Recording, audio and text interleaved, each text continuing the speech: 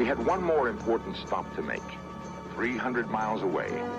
In southwest Utah is the wild and beautiful country where Butch spent his childhood, where he learned to ride, where he roamed free, when his name was still Robert Leroy Parker, and he lived on the ranch his father homesteaded near Circleville. Lula Parker Bettinson, Butch's 93-year-old sister, remembers. When Butch came home, he went straight to the ranch, up at the Parker Ranch, because he thought we lived there.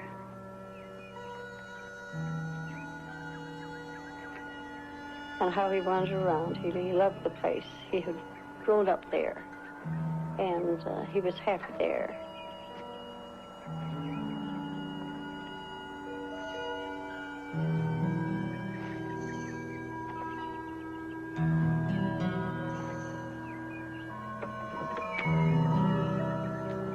Disappointed to find no one there, he came to town.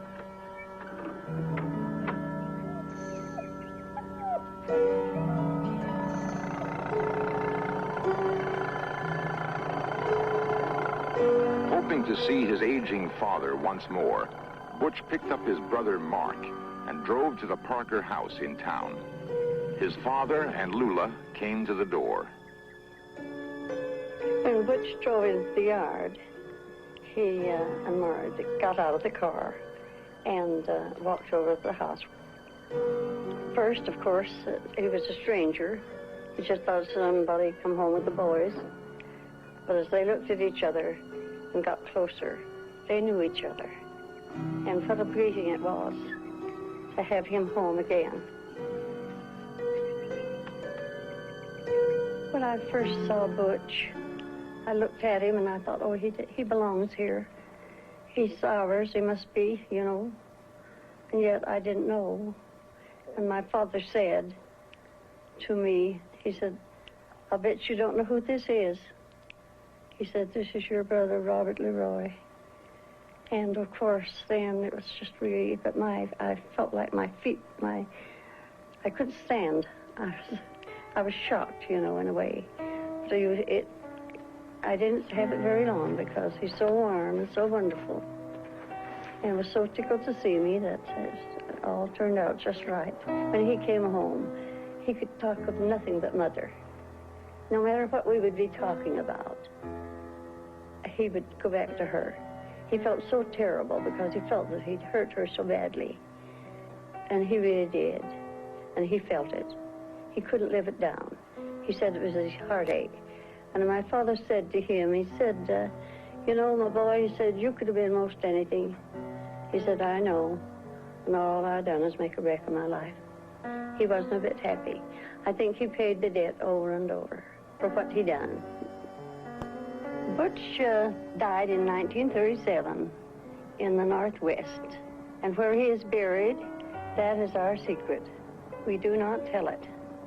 My father gave us to understand when the word came of his death that there would never be told, because they had chased him. He said they have chased him all his life, and now he's going to rest in peace.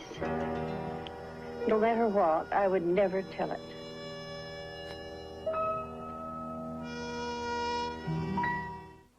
There are many theories about Butch's later years. In Billings, Montana, author Larry Pointer, after years of study, believes that this man, William T. Phillips, who moved to Spokane, Washington a year after Butch's supposed death, is Butch Cassidy. And the resemblance is remarkable. Phillips died in the Northwest in 1937, and his ashes were scattered over the Spokane River. An added irony is that for years, Phillips tried to sell the Butch Cassidy story to Hollywood. There were no takers. And what of Sundance and Etta? They seem to have disappeared completely from history. Only the legend remains. But legends die hard. We usually believe what we want to believe. Somehow we prefer to see Butch young and vigorous, falling in South America with guns blazing, rather than living out a mundane life. But wherever or whenever Robert Leroy Parker died, in our minds, he lives on as Butch Cassidy.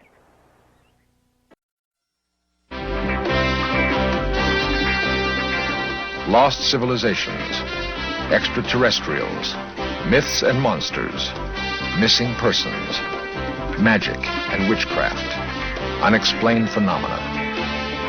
In Search of Cameras are traveling the world, seeking out these great mysteries.